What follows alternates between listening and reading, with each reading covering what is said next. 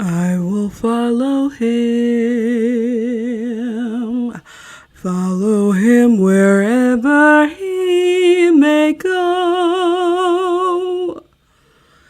There isn't an ocean too deep, or a mountain so high it could keep me away from his love.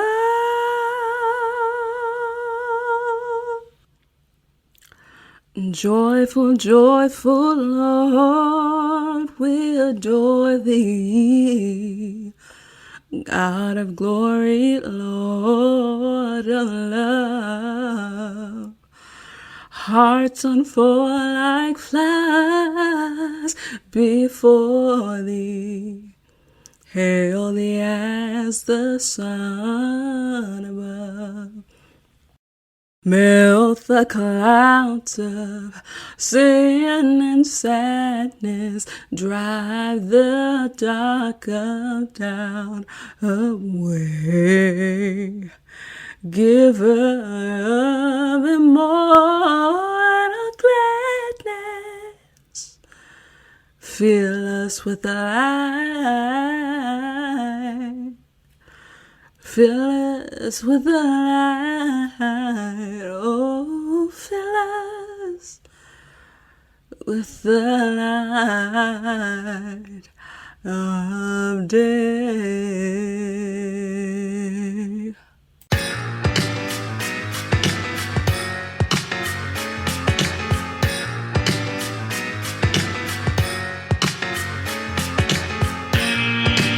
Welcome to Sup Media Reviews, the podcast that never needs spoiler alerts because it takes you back in time to relive the nostalgia of classic TV shows and films that you've probably already seen.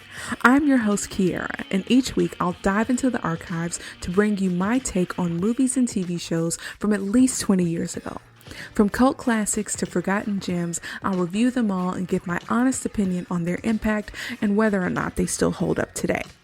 Join me as we revisit the iconic characters, memorable moments, and timeless themes that made these shows and films so special. So take a break from adulting and get ready for a trip down memory lane with Sup Media Reviews.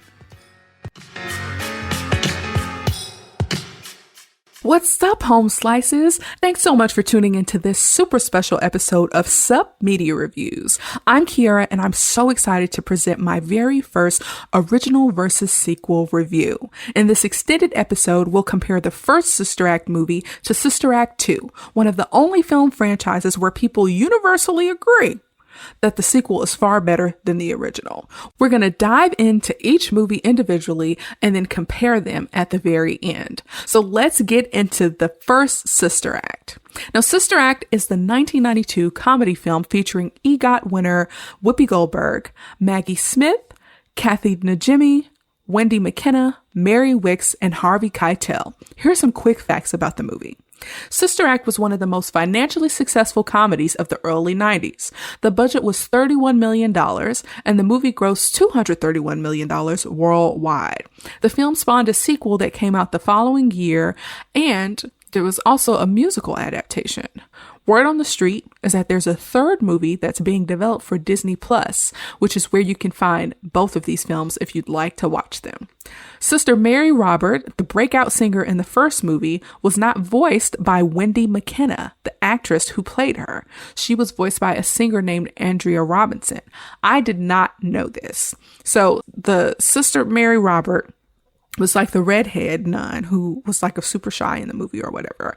And she is an expert lip syncer because I did not know that that was not her voice, that she was being voiced by somebody else. But anyways, I was born in 1990 and my first introduction to this film franchise was the second Sister Act movie. I didn't know anything about the first movie until I was like bored 7 years ago and decided to watch it. Once I did, I immediately realized that I didn't necessarily have to watch it, but it was really nice to get some context into the second movie. And the second movie just made more sense once I watched the first one. So we're going to talk about what happens in the first movie and then later on go into what happens in Sister Act 2 and then get to the comparison. So I hope you're ready for an extra long episode. Let's talk about the first movie. So Whoopi Goldberg is playing the main character, Dolores Wilson, who is a former Catholic student turned Reno, Nevada lounge singer who goes by the name of Dolores Van Cartier. I believe that is a fantastic drag name. I don't know if any drag queens have taken Dolores Van Cartier, but that is a fantastic drag name, okay? So we see her performing an act with some background singers in a casino, and Jennifer Lewis is one of the background singers. This is probably one of the only roles that I've seen Jennifer Lewis in where she's not playing somebody's mama, so that's nice. They do a performance at this casino, and everybody there is basically over it. It's kind of funny.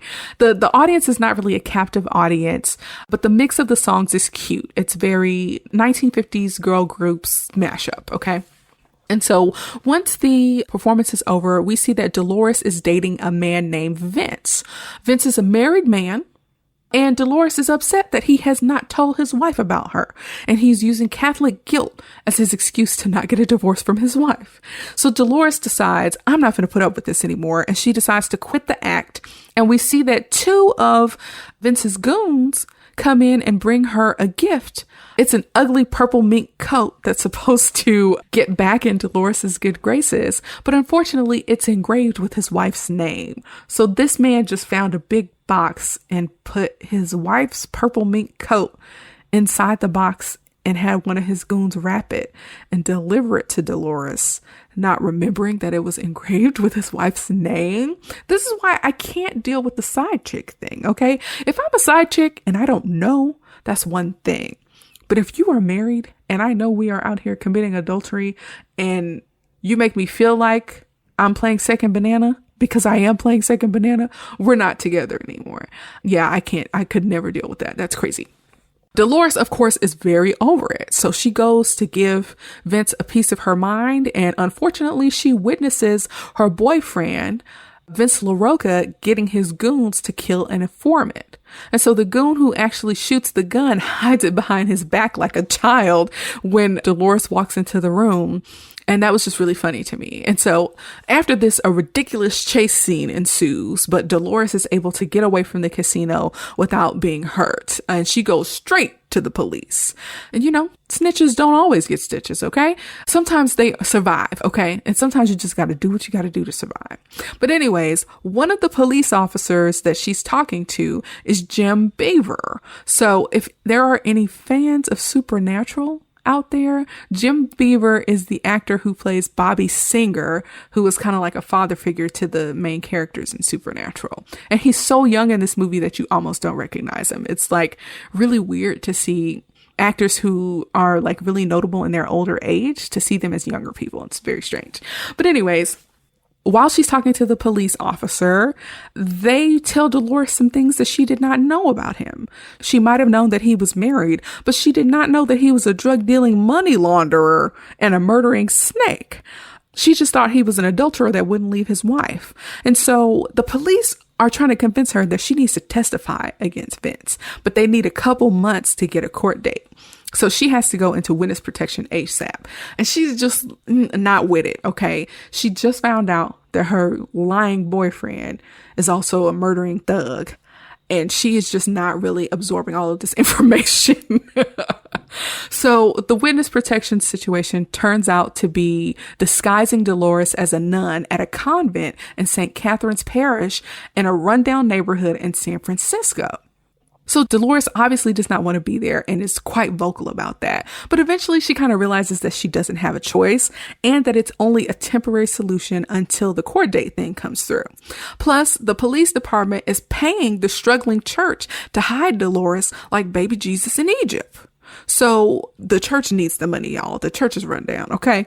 So Dolores ends up taking on another fake name, which is Sister Mary Clarence. And she struggles real hard to deal with the rules of this church. So there's a character who is referred to as the Reverend Mother. I am not Catholic, so I'm just going off what is in the movie, y'all. So the character is called the Reverend Mother, and she is played by Maggie Smith, who you all might know as Professor McGonagall in the Harry Potter series. And she basically becomes like an arch nemesis to Sister Mary Clarence, and they don't like each other from the outset. The Reverend Mother feels like Dolores is impossible for Dolores to blend in, and Dolores is a person who enjoys her vices like sex and smoking and freedom and not living in poverty.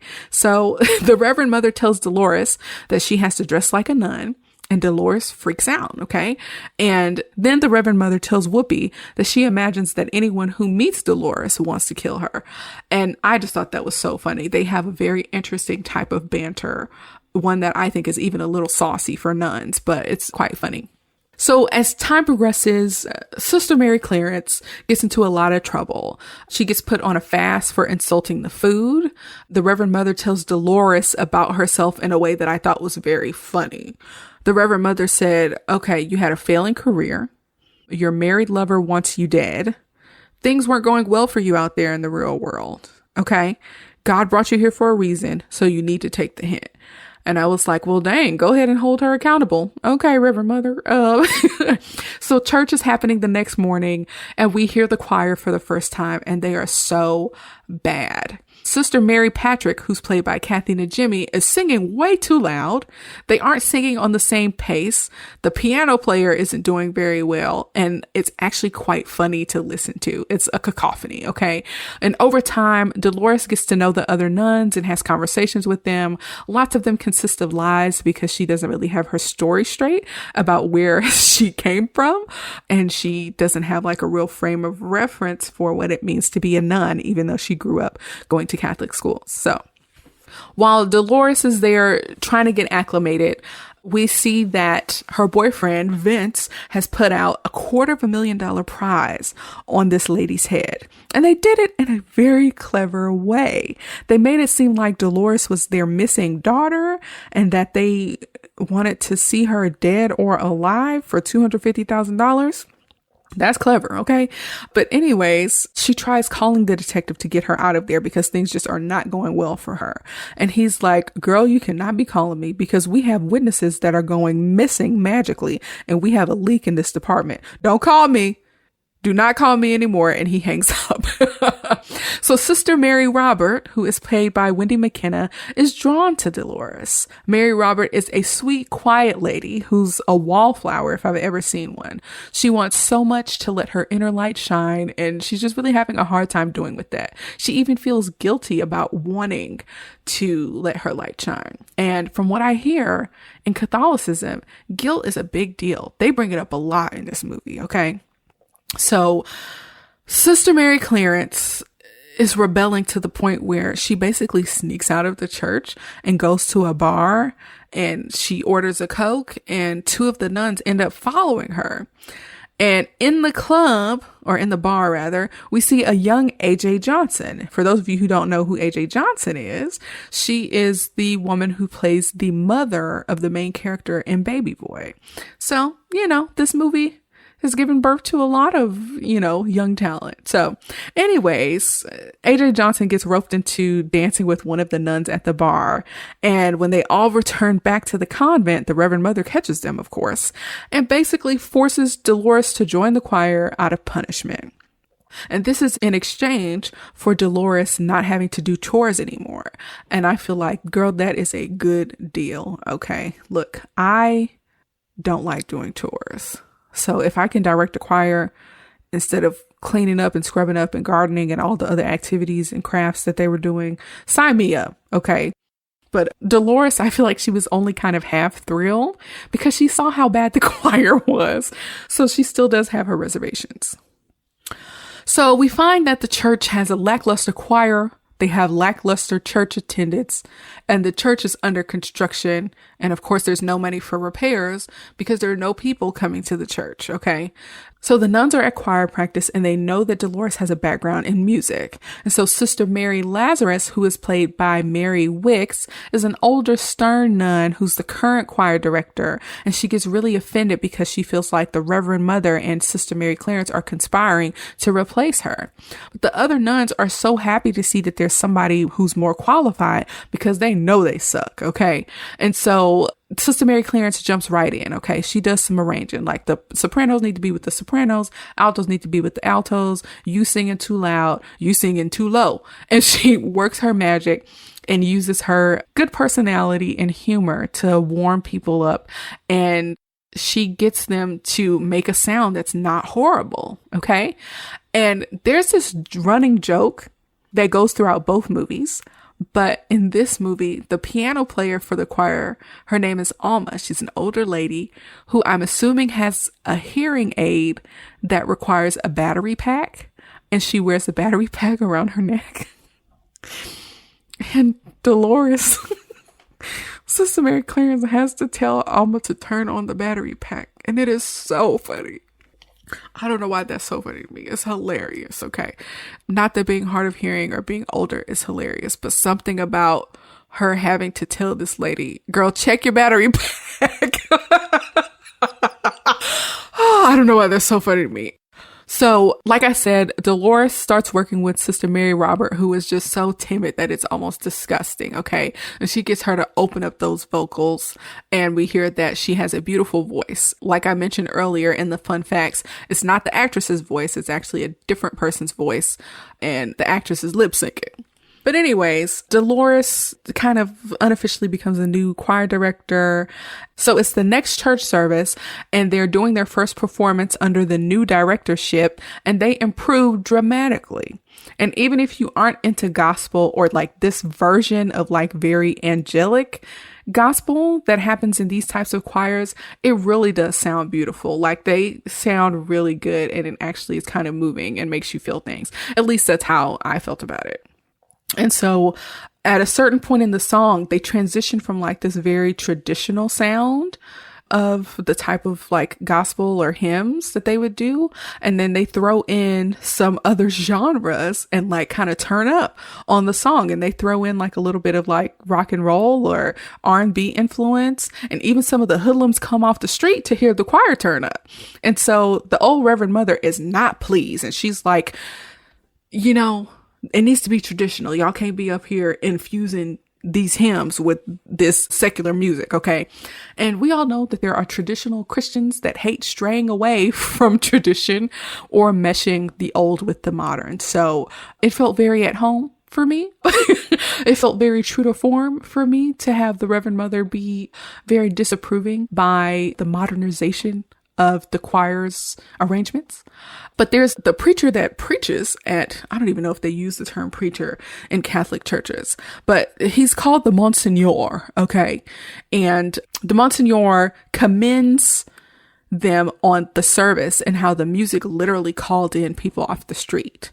And like I said, like with the updated and improved music, Dolores actually gets the Monsignor to believe that it was Maggie Smith's or the Reverend Mother's idea about revitalizing the arrangements and the selections, and basically uses this as an opportunity to get the Monsignor's approval for the nuns to do more work in the community, which ends up drawing in even more people.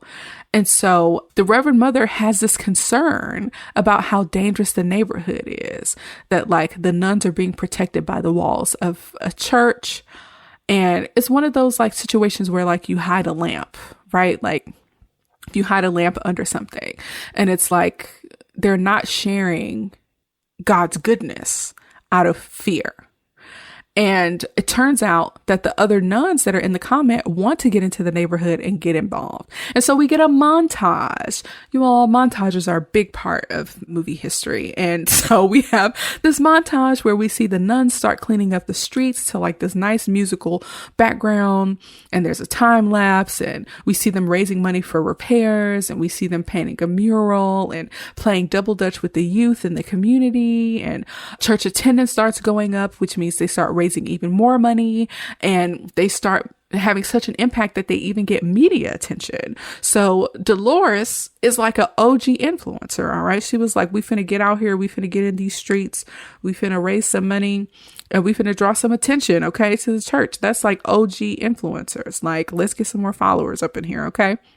With media, of course, comes exposure. And Dolores gets scolded by the detective who's helping her. His name is Detective Souther, something like that. And she gets scolded by him because he literally saw her on TV. And she was like a split second away from Vince finding out where she was, okay? And by now, the church has a full house. The house is packed, okay? And it's the next church service. And they do a remix of My Guy by the Supremes. And they called it My God. And it was super cute. And the song fit with the sermon for the day. And they're singing. It's just so cute to see these ladies up here singing and singing well. And remixing these songs to be about Jesus. Nothing you can say to tear me away from my God. My God. It's so cute. It is so cute, y'all. Okay. So the church is actually getting so much buzz that the Pope is going to come visit. So the Reverend Mother is like, the Pope is coming. So we need to do a traditional arrangement. Okay. Needs to be traditional for the Pope. But they're like, the only reason he's coming here is because we're doing something new. So shouldn't he see the new stuff? And she's like, let's take a vote. And unfortunately, the Reverend Mother gets way outvoted. And they're like, we finna do something new and cool for the Pope, which I think is so cool. I love innovative minds, okay? Innovative minds that can break the chains of tradition without straying away from having the right heart and intentions. You know what I mean? So things get to the point where they're kind of wrapping up because Dolores finds out that she has to testify in like 48 hours because they were able to expedite the trial. But Dolores feels conflicted because having her leave so soon means that she won't be able to help them with the concert for the Pope. And so she talks to the Reverend Mother and sees that the Reverend Mother has decided to resign from her role and be relocated to a different church because she thinks she's just too old fashioned to continue and nobody's really listening to her anyway. And so the detective who's been helping Dolores, like I said, Detective Souther, finds out who the crooked cop is that's been leaking information to Vince. And it's a detective that we saw earlier in the movie named Detective Tate. And so he gets punched in the face because he ended up finding the paperwork for the donation to the church and snitched. And so now Detective Souther has to go and try to intercept this whole situation before Dolores gets herself killed. Okay. And so the ladies, the nuns, are rehearsing for the Pope when Detective Souther shows up to get her out of there. He's like, I understand you have a Pope preparation going on here. However, they coming after you. I figured out who the leak was. They told him where you are and you are in danger. So Dolores ends up giving the detective the slip because she doesn't want to leave. She feels like if she leaves now, she'll be abandoning the ladies. And so unfortunately, right as she gives the detective the slip, Dolores and one of the other nuns, Sister Mary Roberts, gets kidnapped at gunpoint. And the detective is distracted because he's waiting for Whoopi to come back. And so Whoopi Goldberg and the other nun are being kidnapped in this car, and Whoopi Goldberg rolls Sister Mary Robert out of the car and tells they're driving down the street and they get stopped by a trolley. I don't know why this is so funny. Okay. They're again being held at gunpoint in a car. And they're driving down the street and a trolley is in the way, so the car can't really go anywhere. And so Sister Mary Clarence throws Sister Mary Roberts out of the car and she rolls out of the car, and Detective Souther is able to intercept her and tell them where she's going.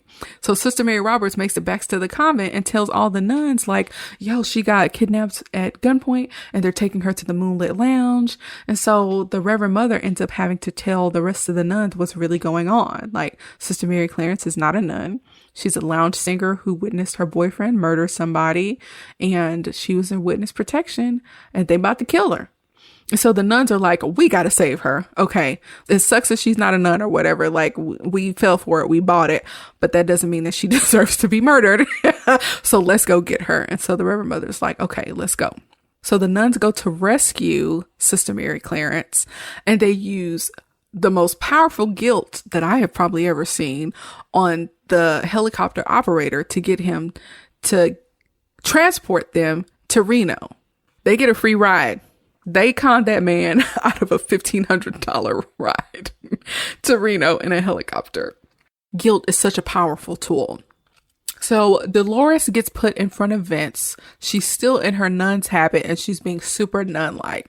She isn't showing any fear. She's telling Vince that he'll be judged. And he even does this thing where he hits her on the head with like a roll of newspaper so she can snap out of it.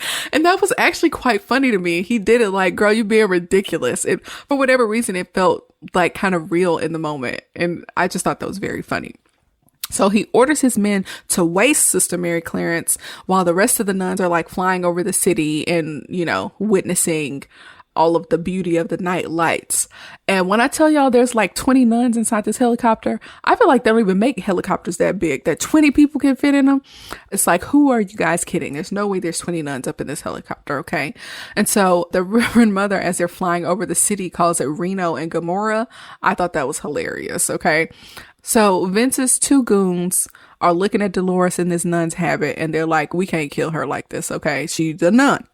So she ends up escaping by getting them to untie her, and she, you know, falls to her knees and prays before punching them in the nuts. And so she escapes and she's running around the casino trying to get away from them.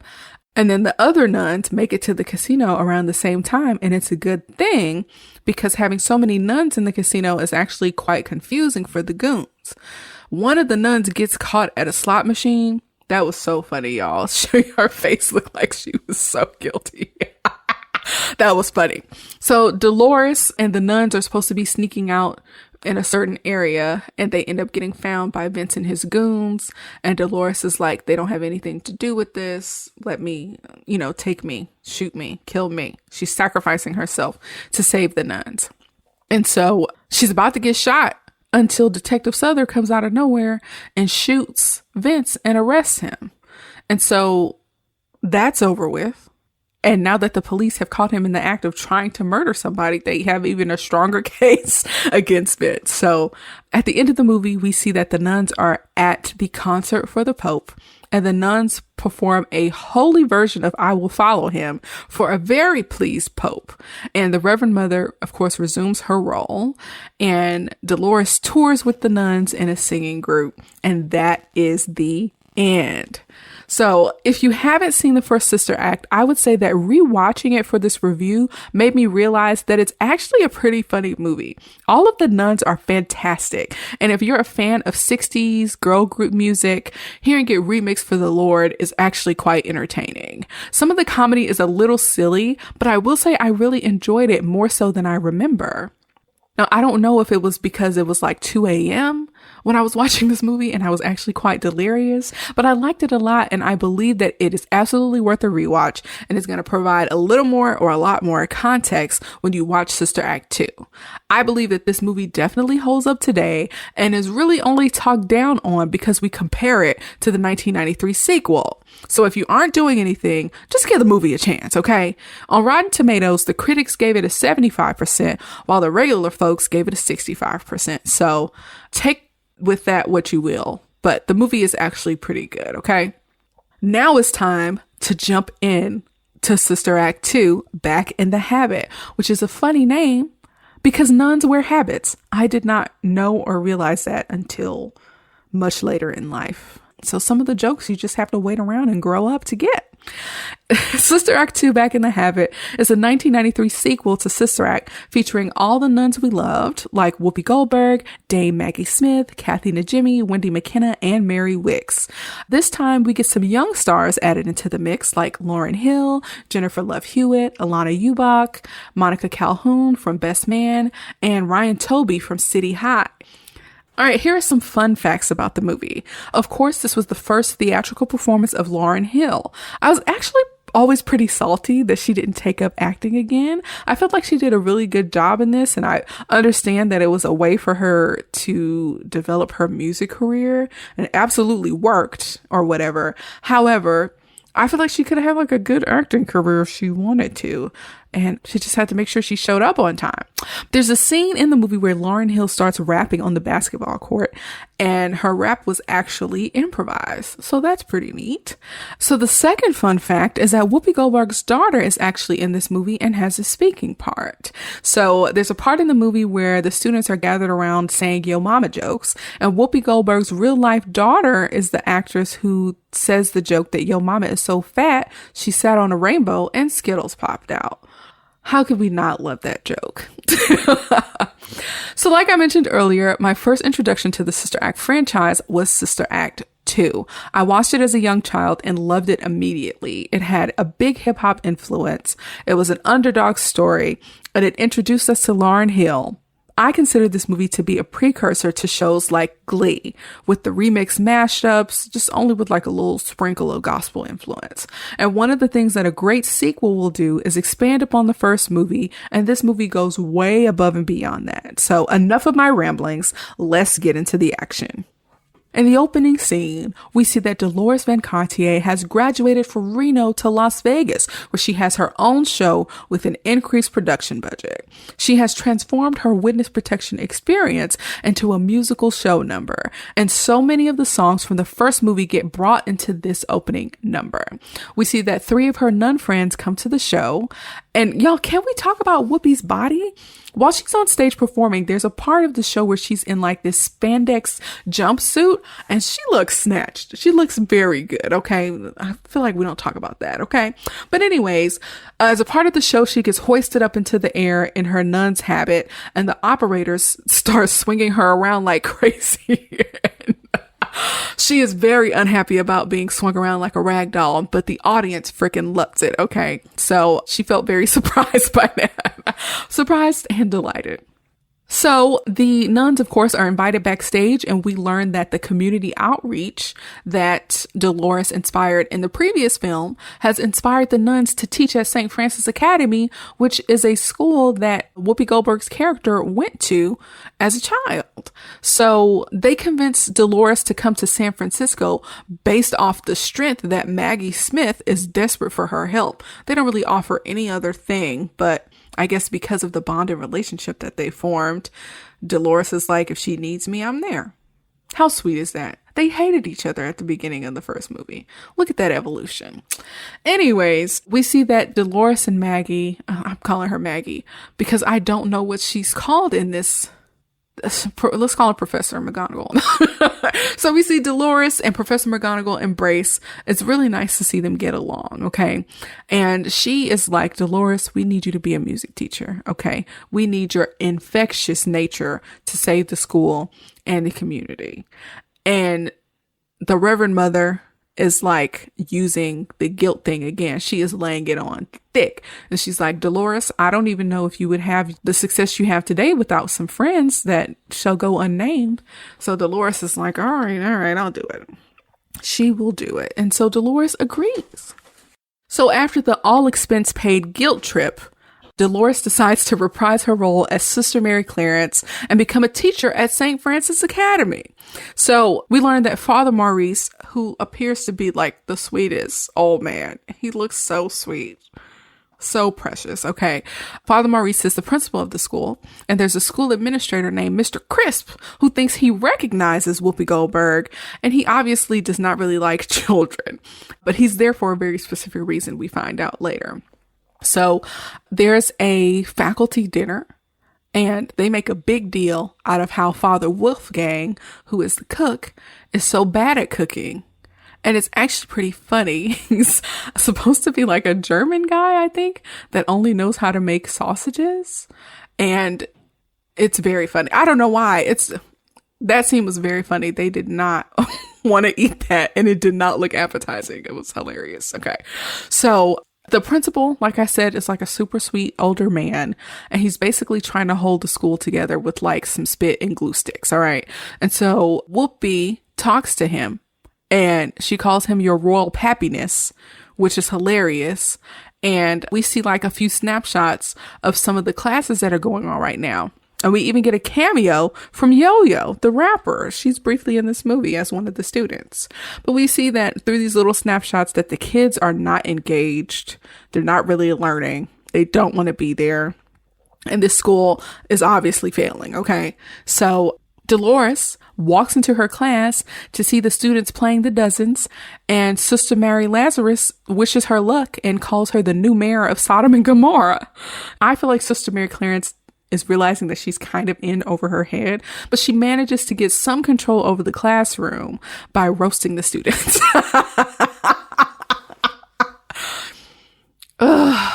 She starts to introduce herself, and one of the students insults her. And she says, your mama's so dumb she got hit by a parked car. And that earns her a little bit of credibility with the students. And it's funny. These are early 90s Yo Mama jokes. Classic, timeless 90s Yo Mama jokes. And they're still funny sometimes in this context. But anyways, so as she's in the classroom, we meet some of the students, the ones that kind of stick out the most. One of them, who's called Sketch, is asleep. There's the one white student whose name I can't remember off the top of my head, but he's a kiss up. There's a woke Negro named Amal who wants to be called by another name. There's a black scent rapper who goes by Frank K. And then we have Lauryn Hill's character, Rita. And so the kids don't have books and there's no money to teach them. So the students are kind of like, we're just going to do our thing. And they start playing music and hanging out again. And this is Sister Mary Clarence's first day on the job. And I want to say, if you're listening and you're a teacher, God bless you. Okay. There's so many things wrong with the education system. And one of those things is not paying teachers their just due. So God bless you. And may God keep you on your journey to mold the young minds of America. So we switch to a scene where the students are having some type of like flow session on the basketball court. And this is the scene where Lauryn Hill does that improvised rap that she does. And they get interrupted by Sister Mary Clarence. And I really enjoyed this part because Sister Mary Clarence is rapping. She's, I got the flow. Y'all got to go. So grab your bag so we can go ho ho. Ow, ow, ow now. That's so funny. She's taking these things that these children love and making a mockery of them to get what she needs out of them. And I think it's hilarious. But the students don't agree, okay? These students get together in front of a bodega and talk about how we can't have this new nun messing up our bird course, okay, that we just fly right through. They start plotting and scheming on how to get her out of there, okay? So they decide to put a very strong industrial glue on her chair, and the students do a complete 180 and are on their best behavior in order to get her butt in that chair so that the prank can be completed. And so they prank her. She gets glued to the chair and she is over it. Okay. She about to be out of there. Okay. But Sister Mary Clarence actually overhears a conversation with Mr. Crisp, Father Maurice, and 3 people who work for the Archdiocese. And she learns that they're planning on closing the school down. So Father Maurice is like, okay, we're going to close the school down at the end of the year. And they're like, no, we closing it at the end of the semester. And I'm like, oh, they have a matter of months to save this school. So Sister Mary Clarence is like, okay, like the situation is more dire than we thought it is. The school is in the red and they basically only have a few months left. Okay. So it looks like this revelation has come to the Archdiocese's office because of Mr. Crisp's analysis. And we find out that he's kind of using this to lobby for his early retirement because he's been with the Archdiocese for 30 years and he's trying to retire soon. And I don't know how retirement works when you work for a religious organization, but why can't he just retire now? Does he have to be given permission to retire? So this is like the biggest issue that I have with the story in Sister Act 2 is that Mr. Crisp's origin story is not working for me. Like it seems to be like a little kind of run over fact that he's applying for early retirement and that's supposed to be his motivation for being such a butthole. an arch nemesis and villain in this movie. But for whatever reason, those pieces just don't come together for me. And I am in my early 30s. I know a little bit about working for people and know a little something about retirement. So I don't know why that origin story just isn't gelling for me. But anyways, apparently St. Francis Academy is the only school that's left in the community. So the students will have to be bused and sent to a school in another district if this school shuts down. So the situation actually is pretty dire. And Sister Mary Clarence is like, okay, they actually really do need me. I'm going to stick around. So we see Father Maurice talking to Dame Maggie Smith, and he's like, this new nun is kind of disruptive. You have any advice on how we should handle her or whatever? So Dame Maggie Smith is like, I find that we should basically leave her up to her own devices. She has radical ideas, but so did we back in the day. And you can see that Father Maurice and Dame Maggie Smith have a really good relationship. It's, I don't know, they just seem to really like each other, and they have a history, and they're trying to do their best they can for the students. Okay. So Sister Mary Clarence, knowing that there's like a sense of urgency to this situation, goes into the classroom and she starts laying down the law because the stakes are too high right now. Okay. And she's like, you take off those sunglasses, you take off that hat, you make sure you comb your hair before you come to my class. This is not a bird course, and we about to do some curriculum, or I'm gonna fail everybody. And so Rita, who's played by Lauryn Hill, tries to stage a mutiny. And she's like, we like things the way they were. We about to walk up out of here. And she is the only person that's ready to walk up out of there. Everybody else is like, it looks like Sister Mary Clarence means business. And it actually feels like these students might be hungry for a little more structure and trying to actually learn something. And that was something as a kid that I never understood. But as an adult, I think I get it now about children. There's like this assumption that children want freedom, want to be able to do whatever they want. But I feel like children really want structure because it creates stability. And when you have stability in your life, it means that you feel more secure. And so I think something about having a new structure makes them feel confident. So yeah. But anyways, nobody follows behind Rita, and she ends up leaving the class, and she walks out alone, and she feels betrayed by her friends, which I guess I kind of get, but she's already out on the limb. She couldn't walk it back now. So Sister Mary Clarence at some point gets the idea to turn the music class into a choir to help the students get through the semester. And that's where we get the infamous, if you want to be somebody and you want to go somewhere, you better wake up and pay attention. And so, of course, one of the students was like, we have to liven this up a little bit, okay? And she's like, well, what are you talking about? And of course, the whole class breaks out into music. If you want to be somebody, if you want to go somewhere, you better wake up and pay attention. And she's like, okay, we got this. This is a fantastic idea. And it is a fantastic idea. Music class, choir, it all comes together. Okay. And it ties this movie back to the original movie because, of course, Whoopi Goldberg's character was the choir director in the last movie. It's all come together.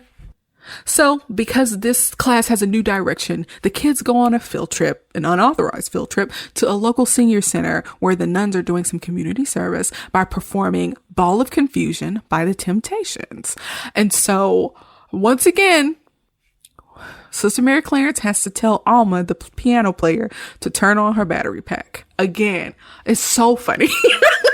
So funny because it's not only like a good callback from the other film, it's just hilarious that a woman who is doing an activity that's so related to sound has to be reminded to turn on her battery pack. That's just so funny to me.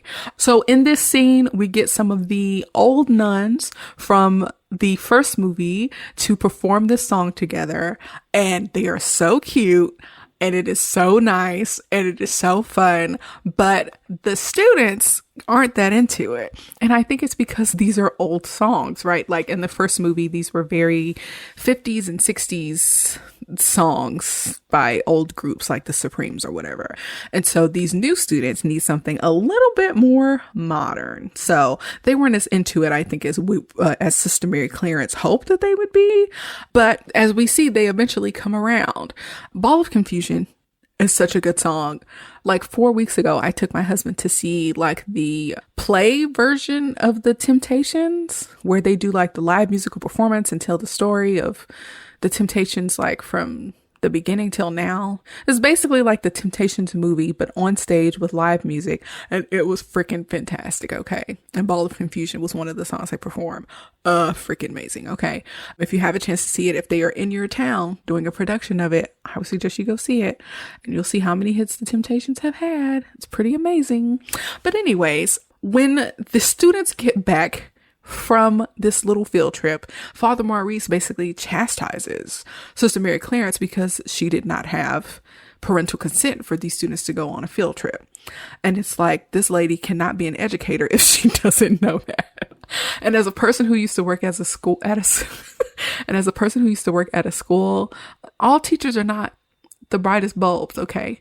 We actually had something similar happen at a school, which was actually quite funny and ridiculous, but also very serious. Parents need to know where their kids are. Like, come on, Sister Mary Clarence. And if not Sister Mary Clarence, there were like a ton of other nuns at this performance. Like, the other nuns should have been like, girl, we got to get parental consent before we take these kids out of here. But whatever. So while Sister Mary Clarence is getting reprimanded by Father Maurice, two of the students overhear Father Maurice tell her that the school is closing. So those students go back to the other students and very interestingly make a leap of logic that the choir can help the school to not close. This leap of logic is they are leaping. There's no way that my 17-year-old high school mind would think that me participating in a choir, a thrown together choir, at the last few months of the semester would do anything to help save the school. That's a big leap in logic, but whatever, we'll just roll with it. So we go to the dusty cobweb choir room that hasn't been used in years, and we do like a little talent search in the classroom. And so people start singing and rapping and doing Mary Had a Little Lamb. And we figure out that, of course, this class is very talented. So she just gets like a little baseline of where people are. And Rita is watching from afar and realizing that she's missing out, especially now that the class has transitioned from being just a music class to a choir, and she has a big desire to sing. So there's a super cool, I would say even iconic scene in the movie where we see Sister Mary Roberts overhearing Lauryn Hill and one of the other students sing "His Eye is on the Sparrow." And it's like a super beautiful scene, and Rita is talking about, this is a scene where we learn that Rita's mom has a beef with musicians and doesn't really think singing's a good career. And her friend is like, okay, that's what your mom thinks, but what do you think? And the other singer has like a really powerful, beautiful voice too, but that she messes up on "His Eyes on the Sparrow" every time. And so they end up singing it together, and Lauryn Hill's voice sounds like butter. It's just so beautiful. I'm not even going to try to emulate it because the runs that she does, I can't do it, but it's just so beautiful. And eventually they spot Sister Mary Roberts and stop. And so Sister Mary Roberts sees her and she talks to Rita, and she sees herself in Rita. And she's like, Sister Mary Clarence can help you. And Rita is like, this is not the land of opportunity. This is not going to take me anywhere. And she is taking on that indoctrination from her mother. Okay. And so later on, Sister Mary Clarence intercepts Rita because Sister Mary Roberts is like, that girl can sing. You need to go get her. So Sister Mary Clarence intercepts Rita one day, and she gives her a book about doing what you love and doing things that you have a passion for. It's called Letters to a Young Poet by Rainer Maria Wilke. And I haven't read that book. I don't think I've read anything by that author. I probably should, but I've heard the name a lot. So I'm assuming they're a fantastic writer. Rita reads the book, and just like that, she's back. We get like a mini montage of the students and the teachers revitalizing the rundown choir room while the students practice their la la la la la la la la la's. So we get a little confidence lesson for Amal. And just like that, they're ready for their first performance where they're singing "Oh Happy Day" for the whole school.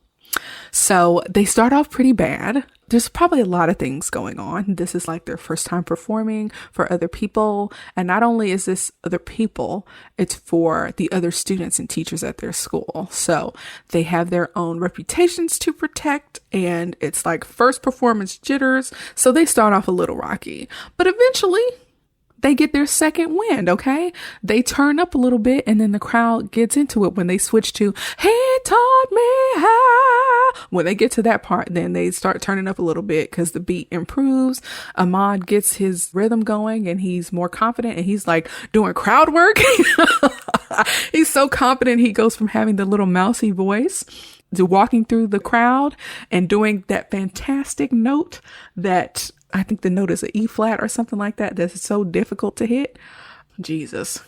When Jesus washed, when my Jesus washed, when Jesus washed. It was so high you guys couldn't hear it. When Jesus washed, when Jesus washed. When Jesus washed. I think that's as high as I can go. My sins away, a happy day. At the end, they was getting down, a happy day. And y'all, they did a really good job. So once again, we witnessed the transformative power of Sister Mary Clarence, okay? They impress everybody. They get a standing ovation. Okay. And so in the next scene, some of the nuns are going through and cleaning out some old stuff in the choir room. And Sister Mary Lazarus starts singing this random song. And she says, ashes to ashes, dust to dust, show me a man that a woman can trust. That was so funny to me. Sister Mary Lazarus is probably one of my favorite nuns. She's actually pretty funny, even in the first movie. But in the second movie, like her one-liners, like take the cake, they are freaking hilarious. And she has since passed on, but she is freaking hilarious in this movie. So anyways, they come across some old trophies from back in the day, and they find out that St. Francis Academy had won a bunch of choir competitions back in the day, like in the 60s and 70s. So they're like, can we use this all-state choir competition to get us some notoriety and maybe stop the school from shutting down? Of course. So they automatically enter these kids into this all-state competition just for that very reason. The competition is 6 weeks out. It's in Hollywood. So of course they have work to do. And you know, they ain't got no money to send 24 people to Hollywood. So the students, this is a really interesting scene. The students have mixed opinions about this all-state competition. Some of it is imposter syndrome about like, are we good enough to compete with other schools? There's other conversations like, we don't want to be away from our boyfriends.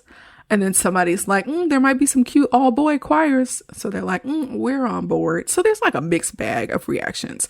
But the miraculous thing is that the students are having this conversation amongst themselves and are able to work through their emotions to say, we can do this. And I was like, that's really neat that these students have like enough sense and maturity and ability to voice their opinions to the point where they get this resolution that we're going to do this. We can do this. I thought that was really neat that they didn't really take much convincing from the adults and that they were able to come to that conclusion on their own. So the next thing they have to do is convince Father Maurice to let the students go. However, Father Maurice is putting up like a big fight. And so she gets mad, of course, which is something that nuns are not supposed to do. And he finally relents because everybody else is like, oh, let her do it. Let her do it. So she has to raise the funds on her own. And of course, get permission slips from all of the students who are going on this trip. So now we see Cheryl Lee Ralph as Rita's mom.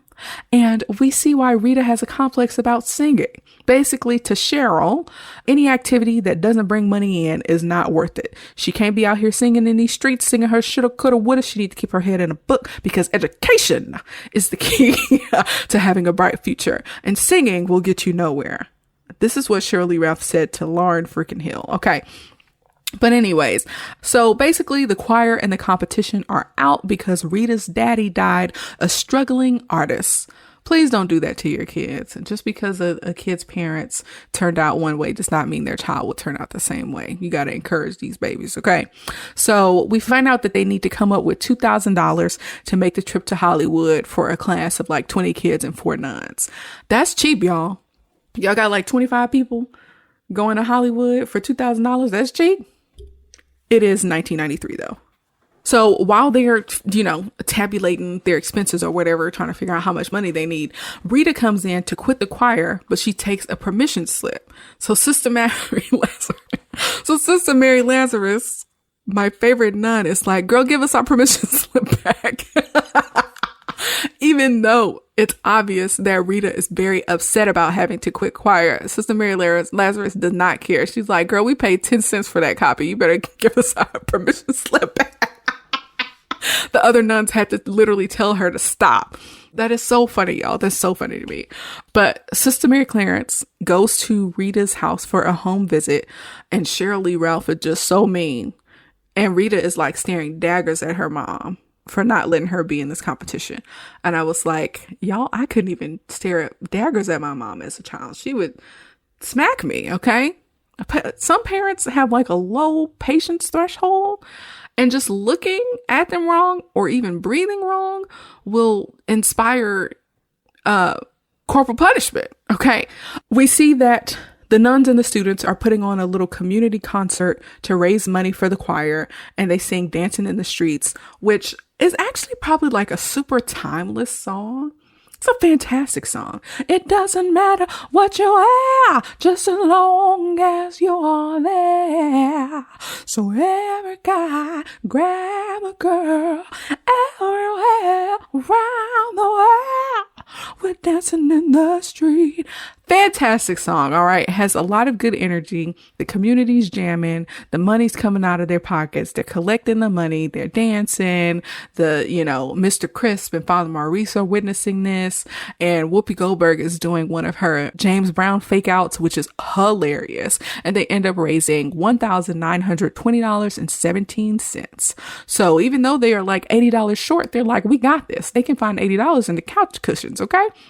So now we see that Rita's peers are pressuring her to reveal why she left the choir. And they're like, girl, there's not many opportunities that we have in this community to do something on a scale like this. You need to make sure you're a part of it because this may never come around again. So Rita forges her mean mother's signature on that stolen copy of the permission slip. And this is the first time we hear the mother's first name or see the mother's first name, which is Florence. So go figure. So she forges Florence's name on that permission slip and decides, you know what? Forget what my mom is saying. I have to follow my heart. Okay. And so the students are loading up on the bus to go to Hollywood. And Rita, of course, comes around the corner at the very last second, hands over that forged permission slip and loads on the bus. And I'm like, what would have happened if Rita did not make it on time? How would that ending performance be different if Rita did not show up? Maybe we'll never know. Okay. So Mr. Crispy finds a copy of a magazine with Sister Mary Clarence's face on it and reveals to Father Maurice that she's a lounge singer that goes by the name of Dolores Van Cartier. And so when Father Maurice is like, oh, dang, I didn't know she was a nun. I'm going to call the competition and tell them to kick the kids out of the competition. And Crispy is like, nah, we can't do that. We need to go in person. Okay. Again, while I'm having a hard time understanding Crispy's motivations as a villain in this film, I think it's important for him to be seen as not the person who allowed a nun who wasn't a nun to influence these children. So I'm thinking they have to go there in person to get ahead of something. Whatever. I don't know. So, yeah, I'm just trying to figure out if he's just a curmudgeon who hates kids or what. Y'all tell me something. Tell me in the comments, what am I missing? What am I missing about Crispy's motivations? Why he's the villain in this movie? I don't understand. So anyways, Father Thomas, a hilarious, wait, what's the opposite of a nun? Is he a vicar? I don't know, Father Thomas, whatever he is, he's the Latin teacher. This man is hilarious. He drives them in one of the school vans to the competition in Hollywood. He's a horrible driver. He almost kills everybody in the car, and turns out he doesn't even have a license, but it's freaking hilarious. And Sister Mary Lazarus drives the kids in the school bus to the competition, and she can't drive either. And I don't know why none of the people who work at the school can drive, but it is very funny to me. So anyways, we see that Florence, Rita's mother, comes home to a note from Rita saying that she went to the competition anyway against her mother's wishes, but she had to follow her heart. Okay. So the competition gets ready to start and everything is going wrong. Okay. The students are experiencing makeup mishaps. They have complaints about their hair. Some of their robes are getting ripped and they're just so nervous. So we start to see some of the other competitors and they're all really good. And one of my favorite performances, Lord, send a revival. Lord, send a revival. Lord, send a revival and let it begin in me. Well, now we need a revival to rock this world today. Satan is loose and on the rampage. That is why we pray. Yeah. That is one of my favorites because it's one of the only gospel songs in this particular movie that feels more traditional, like Black Baptist-y gospel. So I actually really like that performance. But then the Orange County Grant High School choir that's actually being portrayed by a college level choir comes out and do this super regimented version of Joyful, Joyful in like these beautiful, expensive robes. They are basically the returning champions. And because the students from St. Francis Academy are also doing Joyful, Joyful, they become even more discouraged, right? Like they become super nervous because this group is doing this very traditional version of this song and they're doing it in their minds. They're doing a better job. So during this whole situation, the nuns run into Father Thomas and they find out that the other fathers know that Sister Mary Clarence is not really a sister and they're trying to pull the plug on this performance. And so the competition, of course, is scaring the students and they're losing faith in themselves. So Sister Mary Clarence confronts them about running scared. And she's like, if y'all gonna run every time something gets difficult, y'all gonna be running forever. And she's right, y'all. That's what the girl says in the movie. And she's, I guess, like that is their MO, that every time something comes up, they have like a really hard time pushing through it because I guess they want life to be easy. Like things that are difficult, like why do them, right? So anyways, that's enough to get the students to realize that they need to see this all the way through because people believed in them. Their community gave almost $2,000 for them to be there. They can't just wuss out now. All right. So in the background, there's like a really nice version of Still of the Night. Another choir is performing shoo up, shoo-ah, shoo up, shoo-ah, shoo up, shoo-ah, in the still of the night. Very good. Okay. Love that performance as well. So there comes a point where Father Maurice sees the children and he's just so proud of them in the moment that he cannot bear to tell them about Sister Mary Clarence. And he's just talking about how they all look so beautiful and he just looks like a super sweet man. If he played Santa Claus, I would not be mad at that. He's just like a super sweet old man. So the students are like about to go out on stage to do their performance and Crispy sees that the students are leaving to sing and he's like, what's going on? He's like, we need to tell the archdiocese folks about Sister Mary Clarence right now. Okay. So the other fathers are like, we got to stop this Crispy dude. He finna mess this up for everybody. Okay. And so they trick him into, into going into a closet and they trap him there with the sausage. And then they do, Jesus, what is that called? I don't even know what that's called. The little hand movement from the head across your chest. Jesus, what is that called? Y'all, I'm so sorry. Sorry to the Catholics. I don't know what that's called, but they basically asked for forgiveness for trapping this man inside a closet with a sausage. Whatever. So they stand at the back of the room and get ready to take in this amazing performance. And so Father Maurice ends up finding Professor McGonagall in the crowd. And like, he ain't even mad that Professor McGonagall lied to him. He was like, this lady has transformed our lives and has transformed this school and has transformed this choir. Like, I ain't even mad at it. And I'm like, that's right. That's what happens when you have friends that you trust. Sometimes you don't need to know all of the information. Sometimes you can just go off of faith that your friends know what's best and that they got your back, right? So he sees the transformation and he's happy with it. And speaking of transformation, Rita is getting ready to do her solo and she sees her mom find a seat for the performance. And I know Rita was scared. Look, I don't know if any of you have Black mothers who have caught you doing something wrong. There is something so scary about having your mother catch you do something wrong, okay? It's so scary.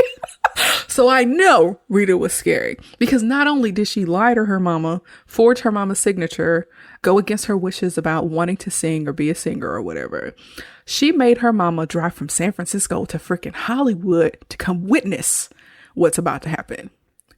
I know that the only thing that makes your mom madder at you than disobedience is inconveniencing her, okay? Don't make me have to get off work and come up to that school. It's not that she had to come up to the school. It's that she had to take off work and come up to the school, and that's what she's mad about.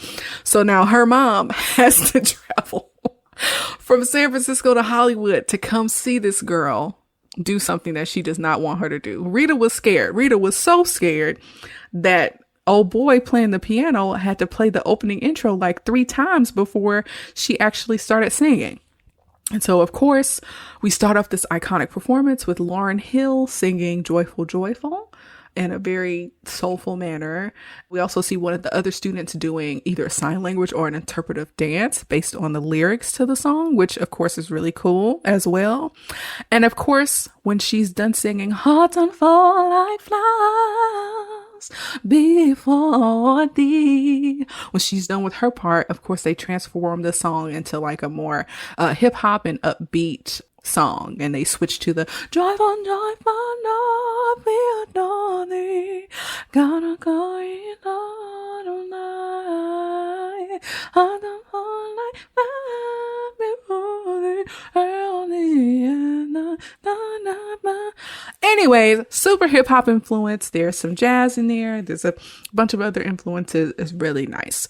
And the song is completely different than what the Orange County Grant High School did, which again was like very regimented and strict and, you know, very like they were called an army. Like it was just that kind of almost robotic, a little freaky actually. So it's like a nice change of pace and modernization, and they did something different than all the other groups did and made it super entertaining.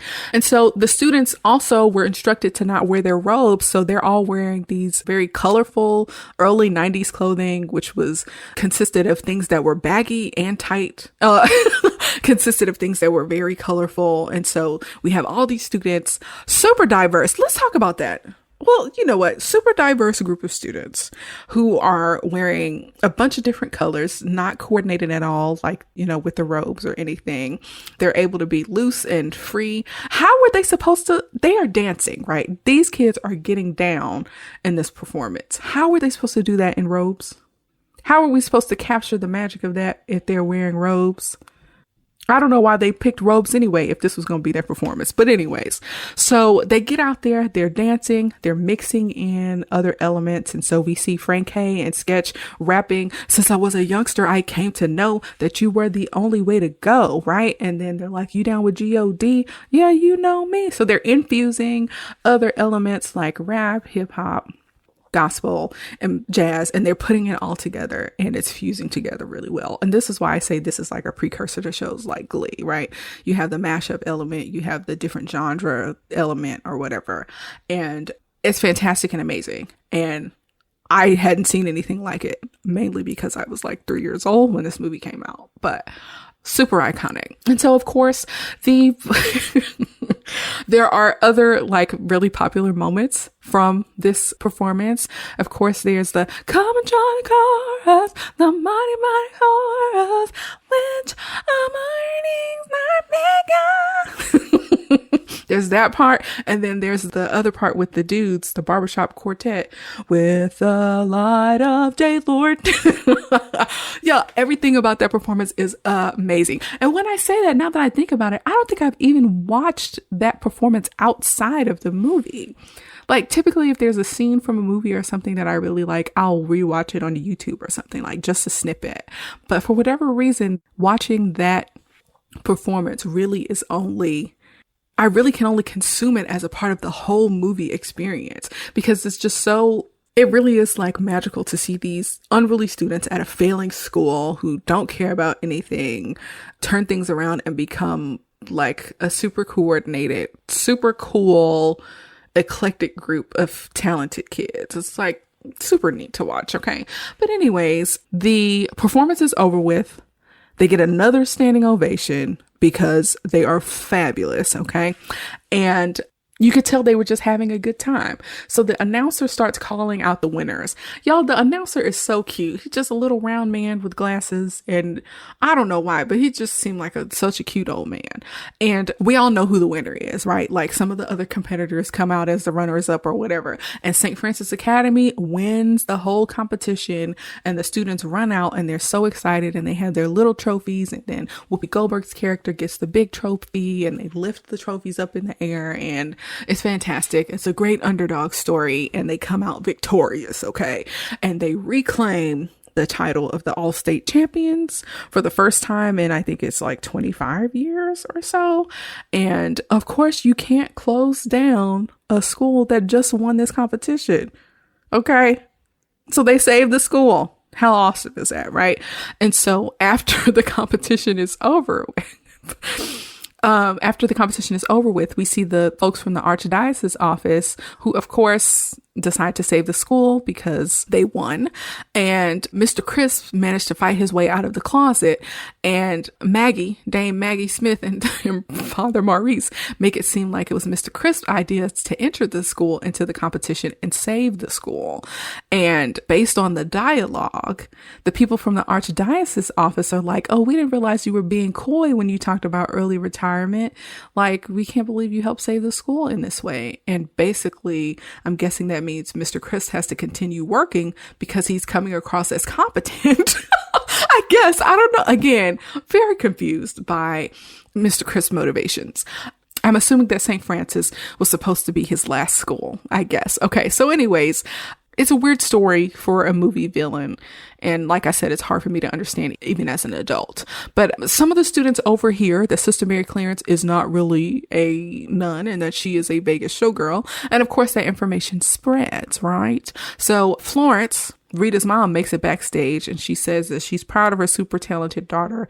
And I wonder if she turned into a stage mom after this. That would be an interesting story to follow. Has anybody written any fan fiction about what happened to Rita after? If there's Sister Act 2 fan fiction, I would low-key be interested in reading that. I don't know if that exists. But anyways, Professor McGonagall reveals that the school won't close to the students. And the students confront Sister Mary Clarence about being a Las Vegas showgirl. And she corrects them. And she's like, I'm not a showgirl. I'm a headliner. And then the movie ends with all the students and the nuns singing Ain't No Mountain High Enough. And they're singing together in this super cute ending sequence where they're all dancing across the screen as the credits roll. And it's just so beautiful. It's so beautiful. It looks like they had a great time. And if I were one of those actors, I feel like that would probably be the highlight of my life. And I would be so upset that it was over. And speaking of being over with, that's the end of the movie. Y'all, when I tell y'all I love this movie, I feel like there aren't really words to explain what this movie means to me and my culture in particular, just as a Black person and lover of Black music. I mean, Sister Act 2, like I said, is one of my favorite movies. The music is great. The kids were cool and super diverse. I feel like I haven't seen that much diversity in a classroom since like Hey Arnold. Okay. It painted what felt at least like a mostly accurate picture of what it's like to be in a declining neighborhood and in a declining school. And it gave us some young, fresh talent, particularly Lauryn Hill. And Whoopi Goldberg managed to be a super intricate part of the story and a guiding force for the students while centering the story on mostly the student. It's very strange. Like, she was able to decenter herself and make the story about uplifting these students in a way that felt really like cool. It's kind of hard to describe, but I hope you understand what I mean. So it's like a really brilliant way to let the students shine and to like uplift the next generation, bring in elements that were very popular. Like I said, hip hop was very popular at the time. So I feel like this was like a very nice and wonderful next step when it came to the Sister Act franchise. So if you watch the first movie, you'll see how these movies connect, but you realize that they can also kind of exist separately without staying too much on the same storyline. And that's what makes it so good, that they expand and expound upon something that people already liked. So this movie really upped the ante for me when it came to like being a sequel. And I feel like lots of people in the Black community feel the same way. But when I looked at the Rotten Tomatoes ratings on this movie, I was pissed off. The mofos at Rotten Tomatoes have a major difference of opinion from myself. The critics at Rotten Tomatoes gave Sister Act 2 a 18%. 18%. The regular people over at Rotten Tomatoes gave it a 61%. Y'all, sometimes they just get it all the way wrong, okay? I don't want to play the race card, so I won't. But I will say the people who are supposed to get it, okay? This is a super influential movie for me and my parents' generation, and it's going to stay that way, okay? So forget you, Rotten Tomatoes. So let's compare the two movies, all right? So in both movies, Whoopi Goldberg is fantastic playing a visionary in a very regimented space like a Catholic school or a church, but she does not come across as the magical Negro. So for those of you who don't know, the magical Negro is a trope or a stereotyped Black character whose role primarily involves assisting a white protagonist, typically by providing magical assistance or folk wisdom. Even though Sister Mary Clarence manages to transform the church and the school with her musical abilities, she doesn't play second banana to the needs of the white nuns. She's still the star, and she has her own needs and wants. And she eventually sticks around because she wants to and not out of a sense of obligation. So it feels good to have like a main character in a story, not just solely be there to serve the needs of a white protagonist. Whoopi Goldberg, for the most part, is the protagonist. So it doesn't come across as like being negative or anything to me. In Sister Act 1, we see that there is a stark contrast between Dolores's life and the convent. But in Sister Act 2, we see a different side of her. We see that she's molding young minds and investing in communities. And the first movie shows like a very self-involved Dolores. But in the second one, we see that she's more so being of service. So it's nice to see that there's an evolution, not just for Dolores, but for the other nuns too.